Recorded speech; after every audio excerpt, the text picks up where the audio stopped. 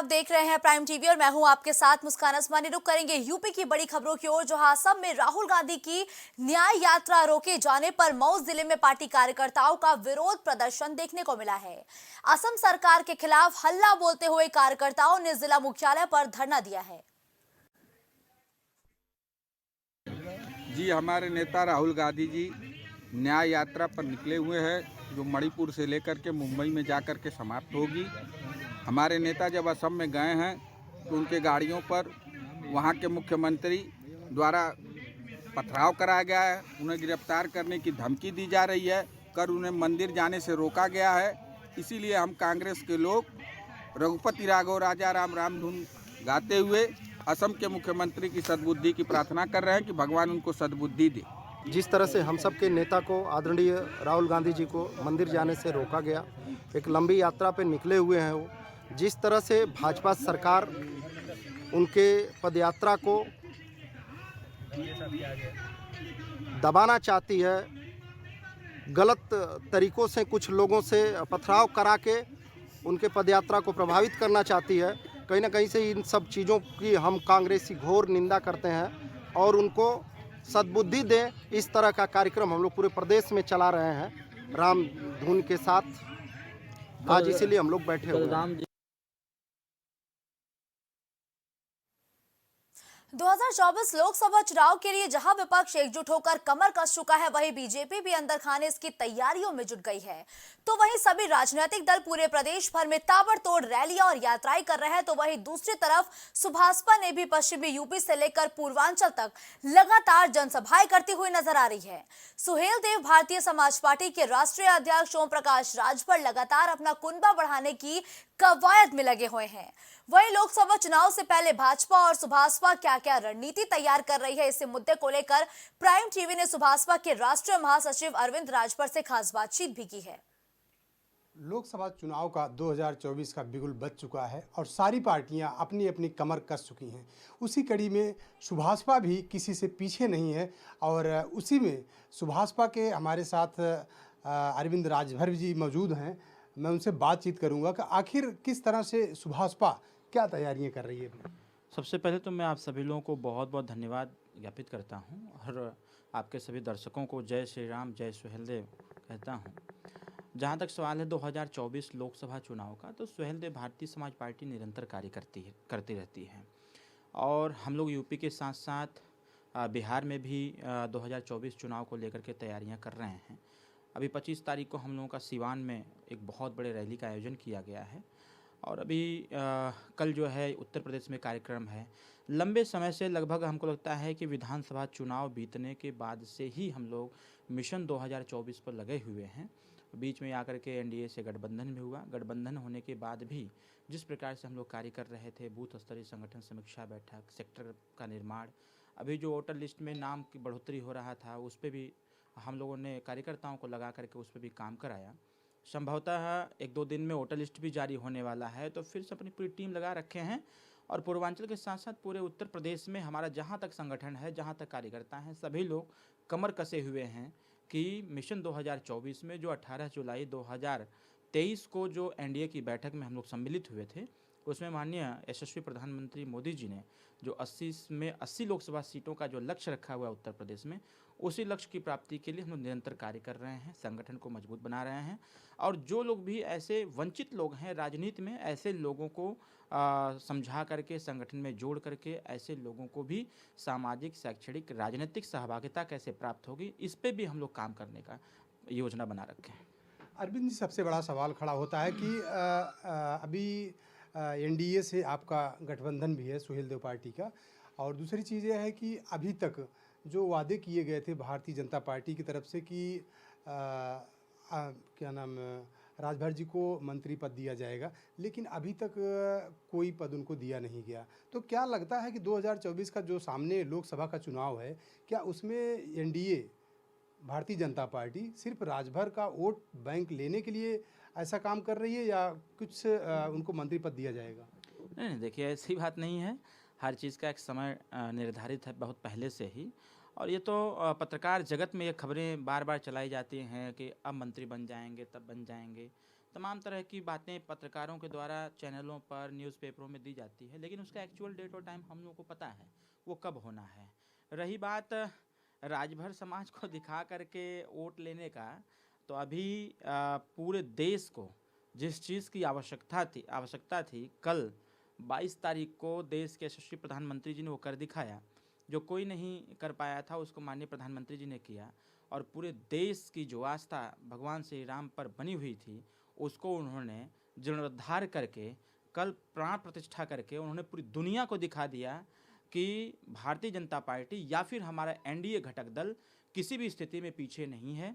हम लोग सदैव जनता और जनता में निहित जो विभिन्न जाति के लोग हैं या फिर समाज के लोग हैं, ऐसे लोगों की सामाजिक, शैक्षणिक, राजनीतिक और आर्थिक जो भागीदारी है आने वाले समयों में दिया जाएगा। हम लोग बहुत बड़ा हिस्सा नहीं हैं, हम लोग एक हिस्सा हैं उनके, और हिस्सेदारी के तौर पर हम ये जरूर कह सकते हैं, किसी को 100 रुपये की आवश्यकता है, 99 किसी के पास हो, अगर मेरे पास 1 रुपया है तो 99 के बराबर ही मेरी हैसियत है। हम लोग निरंतर प्रयास कर रहे हैं कि जो भी योजनाएं हैं वो योजनाएं गाँव तक पहुँचे। मैं आपको बताना भी चाहूँगा, अभी 4 नवंबर को जैसा कि आपने एक प्रश्न किया कि ये सिर्फ दिखा करके वोट लेने का है, ऐसा कुछ है नहीं। हम लोग जो चाहते थे माननीय प्रधानमंत्री जी, माननीय योगी जी वही काम कर रहे हैं। आपको याद होगा कि विगत 2017 विधानसभा चुनाव में हम लोग मंत्री थे, और हमको लगता है कि राजनीति के इतिहास में पहले ऐसे व्यक्ति होंगे उत्तर प्रदेश से माननीय नेताजी जिन्होंने मंत्री पद को ठुकरा दिया। इसलिए क्योंकि जो गरीबों के काम नहीं होते थे, छोटे छोटे मुद्दों पर जो बार बार बहस छिड़ जाते थे और वो भी सॉल्व नहीं होते थे, तो उन मुद्दों पर जब हमने देखा कि सरकार से हटने के बाद हम लोग दबाव बनाए रखे और हमारे वही कार्य हो रहे थे जो लोग हम लोग कह रहे थे। और कहीं ना कहीं जैसे अगर हम अपने बात करें, राजा सुहेलदेव राजभर जी की बात करें, तो उनसे संबंधित जो भी ऐतिहासिक दृष्टिकोण से जिसको उजागर करना चाहे तो उन्होंने किया। इसके साथ साथ जो सामाजिक न्याय समिति की रिपोर्ट लागू करने की बात बार बार हम लोग करते हैं, सामाजिक न्याय समिति के पहले एक रोहिणी आयोग की रिपोर्ट प्रेषित की गई थी देश के माननीय प्रधानमंत्री जी ने, उसको भी उजागर किया और उसको प्रथम प्राथमिकता देते हुए उन्होंने कहा कि जो भी जातियां तमाम उत्तर प्रदेश की हैं या फिर देश की हैं, जो पूर्व की सरकारों ने उनके साथ छलावा किया, उनको धोखा दिया, उनका वोट लेकर के अपना काम किया, अपनी कम्युनिटी का विकास किया, ऐसे समाज को हम सहभागिता देंगे। और हमारे नेता माननीय ओम प्रकाश राजभर जी का वही सिद्धांत 7, 9, 11 का जो फॉर्मूला है कहीं ना कहीं बीजेपी गवर्नमेंट करने भी जा रही है। इसके साथ साथ हमारा जो एक सबसे बड़ा मुद्दा था कि राजभर जाति को अनुसूचित जनजाति में शामिल करने का, इस पर भी काम चल रहा है। तो देखिए, मंत्री बनना तो सेकेंडरी है, प्राइमरी है कि जो हमारी विचारधारा है उसको भारतीय जनता पार्टी स्वीकार करे। और आपको मैं आश्वस्त कर दूं कि जैसा कि आपने देखा होगा कि अभी दारा सिंह चौहान जी को एमएलसी बनाया गया, और उसी समय की प्रतीक्षा थी, और सबसे बड़ी प्रतीक्षा थी 22 तारीख की प्राण प्रतिष्ठा हो गया है। हमको लगता है जल्द ही डेट भी तय हो जाएगा। अरविंद जी, सबसे बड़ी बात है कि ओम प्रकाश राजभर लगातार पश्चिम यूपी से लेकर पूरे पूर्वांचल तक रैलियां कर रहे हैं, यहाँ तक बिहार में भी कर रहे हैं। तो क्या लगता है कि 2024 का सामने चुनाव है लोकसभा का, तो इसमें आपका एनडीए से गठबंधन भी है, तो क्या लगता है कि सुहेलदेव पार्टी को एनडीए कुछ सीटें 2024 में देने जा रही है?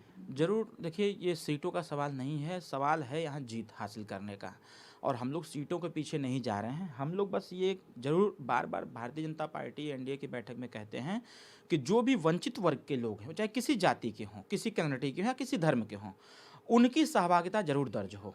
अगर हम उनके हर अधिकार के प्रति अगर हम सचेत हैं, तो कहीं ना कहीं हम ये जरूर चाहेंगे कि जिस प्रकार से हम अपने सिंबल पर जीत करके उत्तर प्रदेश के विधानसभा में हमेशा हम इनकी रहनुमाई करते रहते हैं, हमेशा इनके पक्ष में बात करते रहते हैं, और विधानसभा के पटल पर हम हमेशा इनकी बात करते रहते हैं, उसका परिणाम भी निकलता है। जैसे हमने बिजली बिल की बात की, बिजली बिल से हर जाति के लोग परेशान हैं, तो 4 नवंबर को बात हुई हम लोगों की, 8 नवंबर को आदेश जारी हो गया। उसका जो अभी आयुष्मान कार्ड पर जैसा सरकार की मंशा है कि 5 लाख तक का इलाज हो, उस पर कुछ विसंगतियां थी, उसको भी दूर किया गया। छोटी छोटी समस्याएं। रही बात सीटों की बात जो आप कह रहे हैं, तो ये मैं जरूर कहूँगा, इस बात को आश्वस्त करूँगा आपको कि हम ही नहीं, भारतीय जनता पार्टी भी चाहती है कि इस बार के 24 के चुनाव में सुहेलदेव भारतीय समाज पार्टी अपनी उपस्थिति दिल्ली में दर्ज करे और मजबूत सहयोगी के तौर पर काम करे। अरविंद जी, आखिरी सवाल है, अगर 2024 में लोकसभा का जो चुनाव है, इसमें अगर एनडीए आपको अगर सीट नहीं देता है, तो क्या आप समाजवादी पार्टी के साथ लड़ेंगे चुनाव? नहीं जाएंगे अगर उनके साथ, क्योंकि समाजवादी पार्टी भस्मासुर की भूमिका में है। उनके नेता माननीय अखिलेश यादव जी भस्मासुर की भूमिका में हैं। आज जो उनकी दुर्गति है, उस दुर्गति का सबसे बड़ा कारण ये है कि उन्होंने तमाम अति पिछड़े, अति दलित के वोट को तो लिया, लेकिन उनकी हिस्सेदारी की बात नहीं किया। और रही बात, जैसा आपने कहा, ऐसी नौबत ही नहीं आएगी। वो कहते हैं ना, कदर नहीं इंसानों की, पूजा होती है बेईमानों की। तो अखिलेश यादव इंसान को समझने में फेर करते हैं। अखिलेश यादव जी जैसे व्यक्ति अगर माननीय ओम प्रकाश राजभर जी को नहीं समझ पाए, तो मुझे नहीं लगता है कि किसी व्यक्ति विशेष या समूह या जाति या फिर समुदाय को समझ पाएंगे। इसलिए हम जहाँ हैं एकदम ठीक हैं, उनसे अच्छा सम्मान यहाँ पर है। हमारी सारी बातें वहाँ हो जाती हैं, और बातें जो होती हैं वो सैद्धांतिक होती हैं और कॉन्फिडेंशियल होती हैं। अखिलेश यादव जी की तरह नहीं होता है कि अभी 1 घंटा पहले किसी का टिकट तय, शर्मा जी का तय हो गया, तब तक किसी ने कह दिया कि नहीं वर्मा जी को दे दीजिए, वर्मा जी से हो गया कि दूसरे को दे दीजिए, तीसरे को दे दीजिए। ऐसा नहीं होता है। और रही बात टिकट मिले या ना मिले, हम लोग भारतीय जनता पार्टी एनडीए के साथ एकदम डटे रहेंगे, और फिर से तीसरी बार माननीय प्रधानमंत्री जी को फिर से तीसरी बार प्रधानमंत्री बनाने के लिए पूरी ताकत झोंकेंगे हम लोग। जी, आपका बहुत बहुत धन्यवाद। ये थे हमारे साथ अरविंद राजभर जी। इनका कहना है कि 2024 के लोकसभा चुनाव में हम एनडीए के साथ डटे रहेंगे और उसको अधिक से अधिक संख्या में जीत हासिल करवाएंगे, लेकिन ये आने वाला वक्त ही बताएगा। कैमरा पर्सन नीरज के साथ राजेश यादव, प्राइम टीवी, लखनऊ। लोकसभा चुनाव को लेकर चुनाव आयोग ने अपनी तैयारियां करीब करीब पूरी कर ली हैं। आगामी चुनाव की तारीखों के ऐलान से पहले चुनाव आयोग ने मतदाता पुनरीक्षित का काम पूरा कर लिया है, जिसे लेकर फाइनल सूची जारी कर दी गई है। यूपी में मतदाताओं की कुल संख्या में 25 लाख तकरीबन वोटर्स का इजाफा हुआ है। फाइनल सूची में यूपी में कुल वोटर्स की संख्या 15 करोड़ 39 लाख से ज्यादा बढ़कर हो गई है।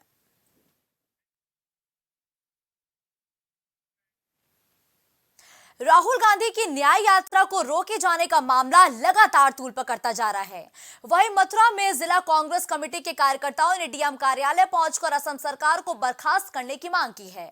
डीएम को ज्ञापन सौंपकर कांग्रेस कमेटी के जिला अध्यक्ष चौधरी भगवान सिंह वर्मा का साफ तौर पर कहना है कि पूरे देश में जहां जहां भाजपा की सरकार है, वहां पर आपराधिक घटनाएं बढ़ रही हैं।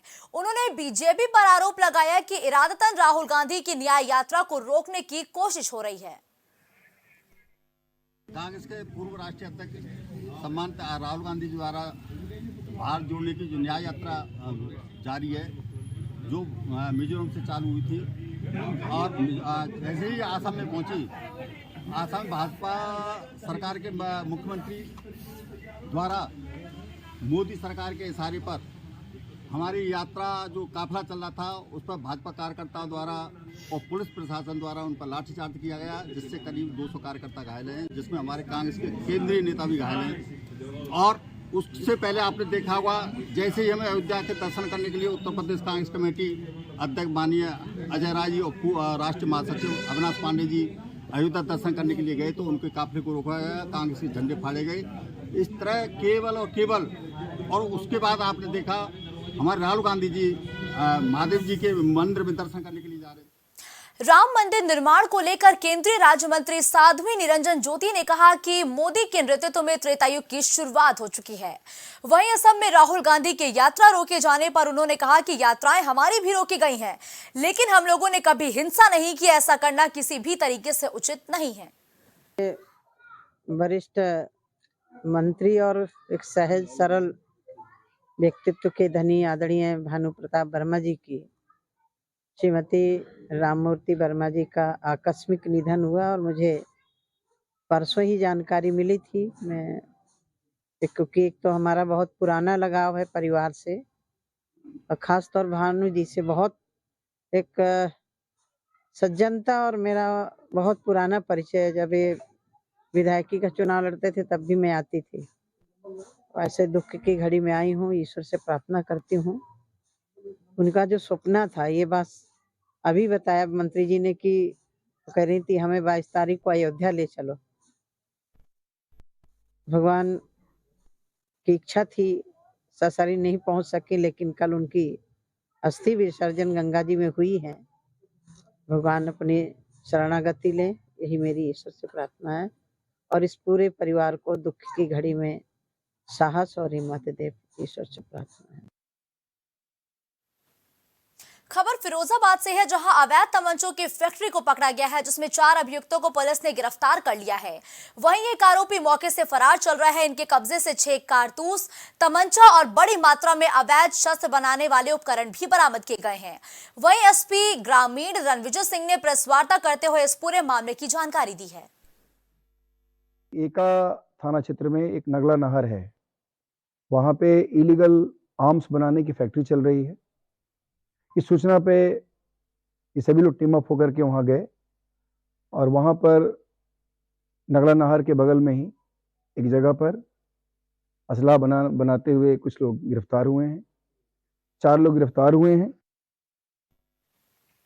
अयोध्या में प्राण प्रतिष्ठा पूरी होने के बाद लखनऊ के अलग अलग इलाकों में लोग राम स्वागत का जश्न मनाते दिखे। कहीं राम भक्तों ने भंडारों का आयोजन किया, तो कहीं लोगों ने रैली निकालकर भगवान श्री राम के नारे लगाते हुए अपनी आस्था और श्रद्धा व्यक्त की है। भगवान श्री राम के अयोध्या आगमन पर पूरा भारत राममय था। एक तरफ अयोध्या में प्रधानमंत्री नरेंद्र मोदी राम की प्राण प्रतिष्ठा का कार्यक्रम संपन्न करा रहे थे, तो वहीं दूसरी तरफ राजधानी लखनऊ के अलग अलग इलाकों में राम भक्त अयोध्या की धार्मिक प्राण प्रतिष्ठा को लेकर अपने अपने तरीके से खुशी का इजहार कर रहे थे।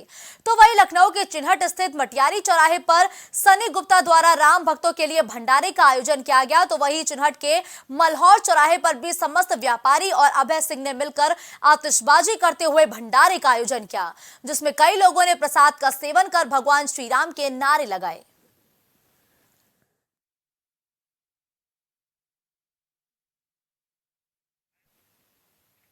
खबर अंबेडकर नगर से है, जहां जमीन के विवाद में घूस मांगते लेखपाल का ऑडियो वायरल हुआ है। आरोप है कि आलापुर तहसील में तैनात लेखपाल राजेश कुमार ने रिपोर्ट लगाने के नाम पर 26,000 रुपए की मांग कर डाली और डिमांड पूरी नहीं होने पर लेखपाल ने गलत रिपोर्ट तक लगा दी, जिसके बाद पीड़ित मोहम्मद कलीम ने मुख्यमंत्री को शिकायती पत्र भेजकर न्याय की गुहार लगाई है। हालांकि प्राइम टीवी इस वायरल ऑडियो की पुष्टि नहीं करता है, लेकिन आपको ये वायरल वीडियो प्राइम टीवी के माध्यम से जरूर सुनाना चाहेंगे। पैसा हमारा रिटर्न करा था, मैं कुछ ना करा, या तो हमारा काम हो या तो हमारा पैसा रिटर्न हो। तो सही है, बात सही, बिल्कुल सही है। लेखपाल साहब हम इतने दिखे साहब, 1 मिनट हम बता देते, हम ज्यादा बहस ना करते। लेखपाल साहब हम घरे जाते ही तो हमें सुन या तो हमारी काम करवाएगा, और अगर न बस का हो तो उसको पैसा रिटर्न करवाएगा। एक चीज सुनो, कहीं भी अधिकारी के सामने कहा और हम तुमसे ना कहते, हम अपन घर समझ के तुम्हें कहते। कहीं अधिकारी के सामने कहा तो कहीं हम एक्सेप्ट ना कर पैसा ले जाएगी। नहीं तू नहीं एक्सेप्ट करा। पैसा अगर काम हो पैसा ना हो तो अगर काम पैसा ना हो तो काम। हाँ काम आपकी जिम्मेदारी का। हाँ बस ठीक है, यही अपना जिम्मेदारी, यही पे हम। एटा जिले के मारहरा कस्बे में उस समय हंगामा खड़ा हो गया जब एक झोलाछाप डॉक्टर के गलत इलाज के चलते 4 साल के मासूम की मौत हो गई। घटना के बाद परिजनों ने हंगामा कर दिया और सूचना मिलते ही पुलिस मौके पर पहुंची और परिजनों को समझा बुझाकर किसी तरीके से मामले को शांत करवाया और मृत बच्चे के शव को कब्जे में लेकर पोस्टमार्टम के लिए भेज दिया है। जबकि घटना के बाद आरोपी डॉक्टर फरार चल रहा है। बता दें कि जिले में झोलाछाप चिकित्सकों के इलाज से अब तक दर्जनों जाने जा चुकी है। बावजूद इसके स्वास्थ्य विभाग अपने कुंभकर्णी नींद से जागने का नाम ही नहीं ले रहा है। बचपन से सुनो कि दिखा ला मारे रहा, मैंने ठीक है बाबा दिखा ला तुम। सो दिखा भी आए, सुनो कि ला हम कर देंगे, फिर नो ला एक इंजेक्शन लगाए कि फिर दूसरा लगाओ नशा को। सो बिल्कुल जाम कछ न रहो भैया। अच्छा, और 2 घंटा बाद आ जावे, उसके 1 घंटा बाद आ जावे, ले गए तुम ले जा कर, हम गए ना लेके गए जल्दी और बैठे तब तक तीसरा लगाए गए, तो हमने लगा दो ना है। रास्ता खेलता हुआ बच्चा हम लेके आए हैं दुकान से। अच्छा, उसके बाद में इसकी पीठ पे घुमरी से जी उसे हटवाने के चक्कर में हमने कहा कि ऑपरेशन हो जाएगा। हाँ जी हो जाएगा। हाँ, फिर उन्होंने 2 इंजेक्शन लगाए, 2 इंजेक्शन के बाद फिर तीसरा लगाया शून्य करने के लिए। फिर उसके बाद में ये बच्चा उठा लीजिए। अब डॉक्टर साहब कहाँ हैं? डॉक्टर साहब तो दुकान छोड़ के भाग गए।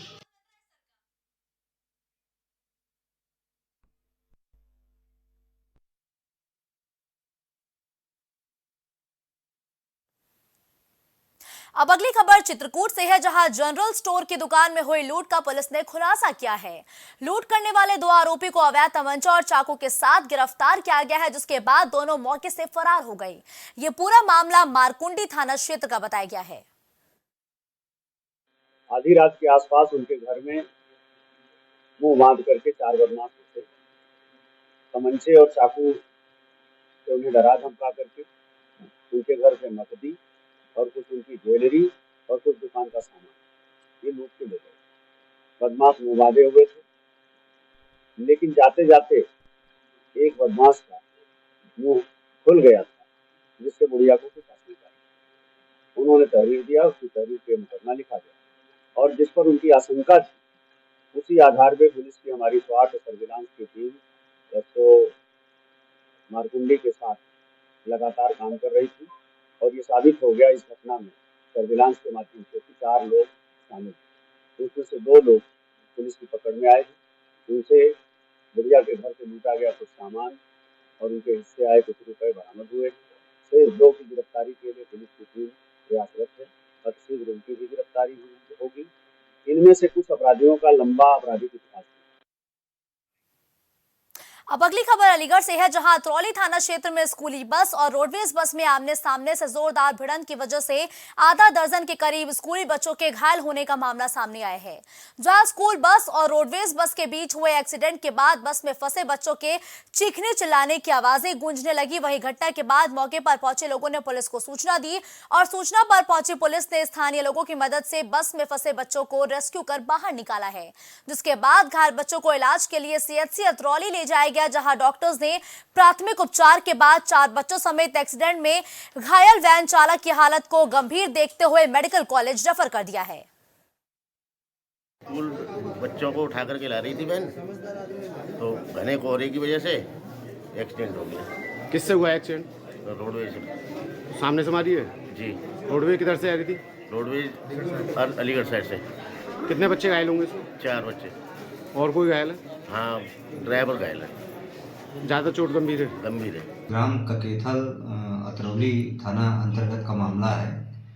एक एक्सीडेंट की घटना हुई है, जिसमें एक रोडवेज बस और स्कूल वैन की आपस में टक्कर हुई है, जिसमें कुछ बच्चे और जो स्कूल वैन का ड्राइवर है वो घायल हैं।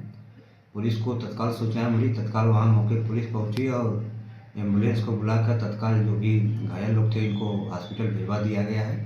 सबकी हालत सामान्य है और लॉ एंड ऑर्डर की मौके पे कोई दिक्कत नहीं है और इसमें जो भी आगे की वैधानिक कार्रवाई है वो की जा रही है। खबर अलीगढ़ के कोतवाली इगलास के नगला आदिवासी से है, जहां एक पत्नी ने प्रेमी संग मिलकर अपने ही पति की निर्मम हत्या कर रिश्तों को तार-तार कर दिया है।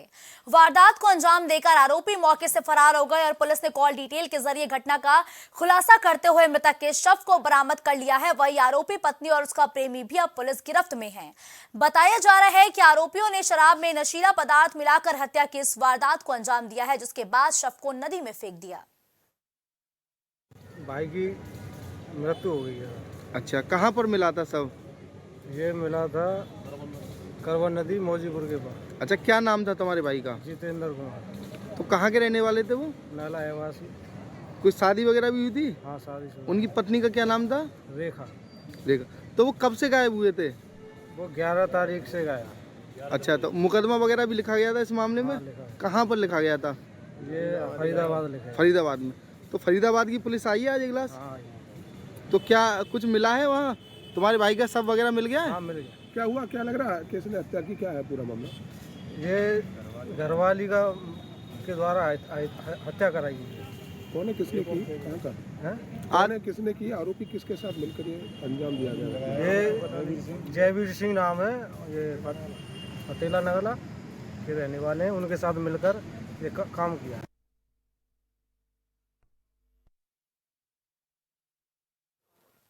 भगवान राम की प्राण प्रतिष्ठा का उत्सव पूरा देश मना रहा है। वहीं कृष्ण नगरी मथुरा की कोसी कला नगर पालिका में सैकड़ों की संख्या में महिलाओं ने कलश यात्रा धूमधाम के साथ निकाली और स्कूली छात्राओं ने लाठीबाजी करके गजब के करतब भी दिखाए। कोसी कला में चारों तरफ जय श्री राम के नारों से पूरा इलाका गूंज उठा। इस मौके पर कैबिनेट मंत्री चौधरी लक्ष्मी नारायण सिंह समेत भाजपा जिलाध्यक्ष निर्भय पांडे भी मौजूद रहे। पूजनीय संत पूजनीय विप्रजन और सभी सनातन धर्म प्रेमी, सभी राम भक्त आज अपार उत्साह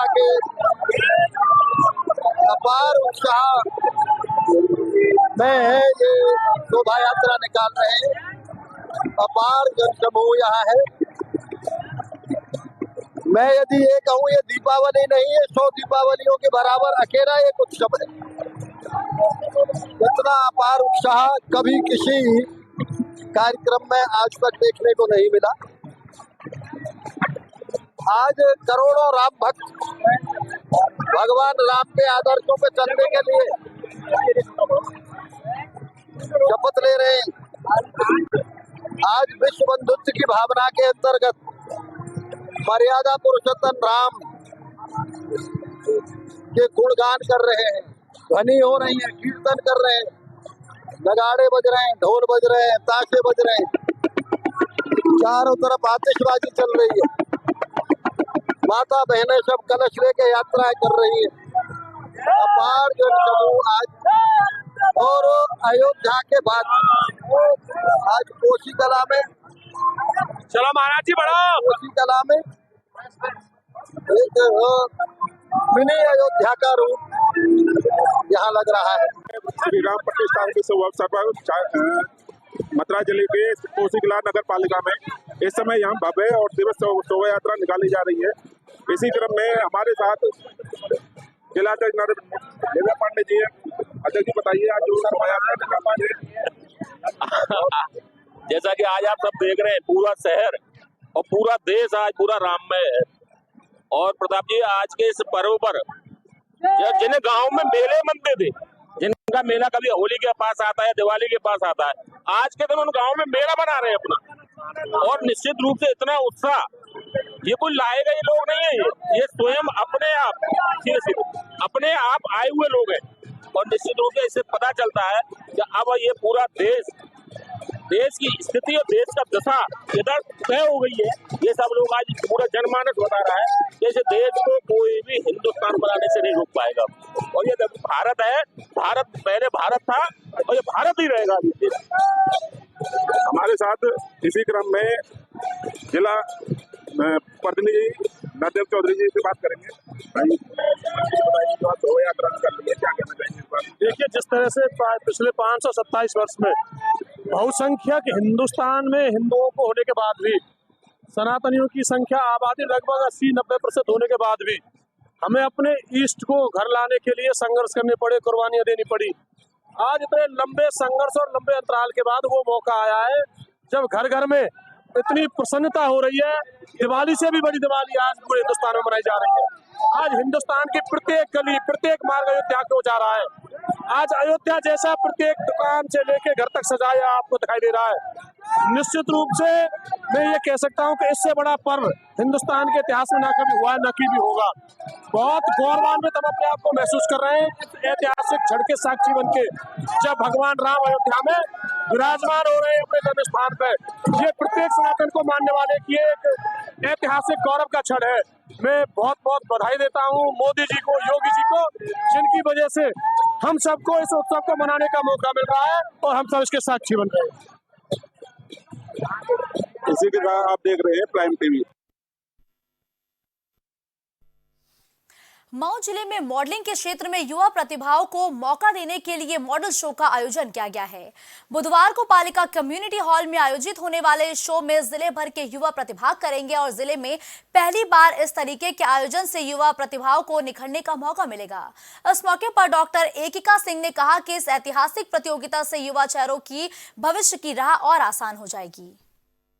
जो यहाँ के बच्चों को बहुत बार चाहते हैं, टैलेंट है, लेकिन वो उभर के निखर नहीं पाता है, बाहर नहीं आ पाता है, तो उसके लिए एक स्टेज दिया जा रहा है, एक प्लेटफॉर्म दिया जा रहा है जहाँ उनको ग्रूम किया जाएगा। ग्रूम करके उनको चलना बोलना सिखाया जाएगा and then they will perform a ramp walk और अ फैशन शो।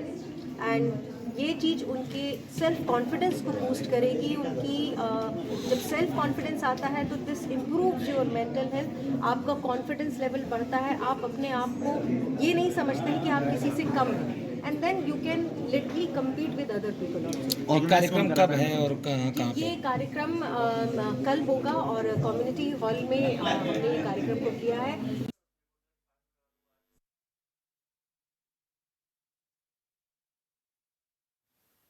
इस बुलेटिन में फिलहाल के लिए बस इतना ही। देश और दुनिया की तमाम बड़ी खबरों के लिए आप देखते रहिए प्राइम टीवी।